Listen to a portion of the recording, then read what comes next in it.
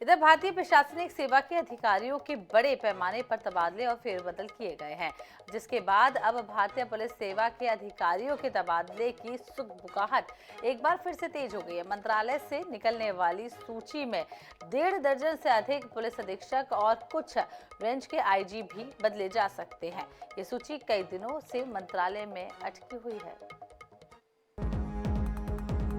विधानसभा चुनाव के दौरान भाजपा ने कई एसपी पर तत्कालीन सरकार के पक्ष में काम करने का आरोप लगाया था। राज्य में भाजपा की सरकार बनने के बाद कई जिलों के एसपी को हटाने की चर्चा थी।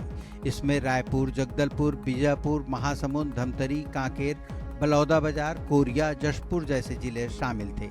इसके अलावा यह भी कहा जा रहा था, पिछली सरकार में जो अधिकारी लूप लाइन में रहे उन्हें इस बार मौका मिल सकता है। यही नहीं, पिछली सरकार के चहेते और लंबे समय से फील्ड में चांदी काट रहे अफसरों को सरकार बटालियन या पीएचक्यू में पदस्थापना दे सकती है।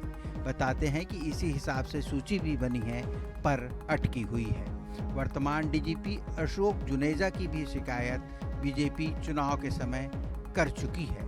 ऐसे में उनका हटना भी तय माना जा रहा है। नए डीजीपी पर मंथन।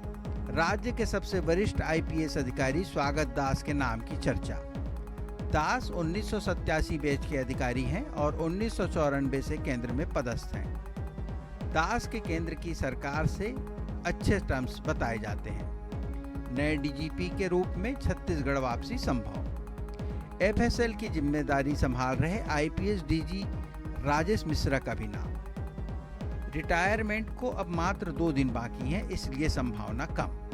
आईपीएस अरुणदेव गौतम का नाम भी चर्चा में है। दास और मिश्रा की संभावना क्षीण हुई तो आ सकते हैं गौतम। याद रहे, शायद सरकार बड़े पैमाने पर आईएएस के तबादले कर चुकी है। वहीं पुलिस विभाग में अब तक सिर्फ आईजी इंटेलिजेंस आनंद छाबड़ा ही हटाए गए हैं। उस पर भी सरकार ने उनका पदस्थापना आदेश जारी नहीं किया है। इससे पहले ऐसा कभी नहीं हुआ। सरकार ने जिस भी अधिकारी को हटाया तो उन्हें पुलिस मुख्यालय में पदस्थ किया। इसके अलावा आईपीएस स्तर पर अभी जिन 2 अधिकारियों की पोस्टिंग हुई है उनमें महासमुंद से राजेश कुकरेजा, जगदलपुर में शशि मोहन सिंह को प्रभारी एसपी बनाया गया है। बहरहाल आईपीएस अफसरों की नई पदस्थापना को हरी झंडी नहीं मिली है, तो इसकी एक वजह नए डीजीपी की तलाश भी है।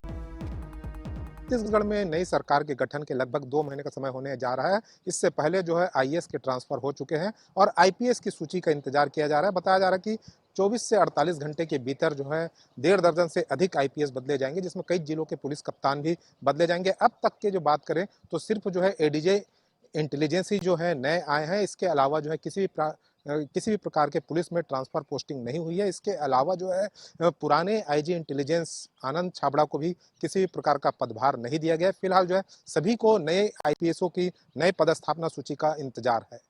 कैमरामैन अरुण साहू के साथ मनोज नायक, INS 24x7 रायपुर।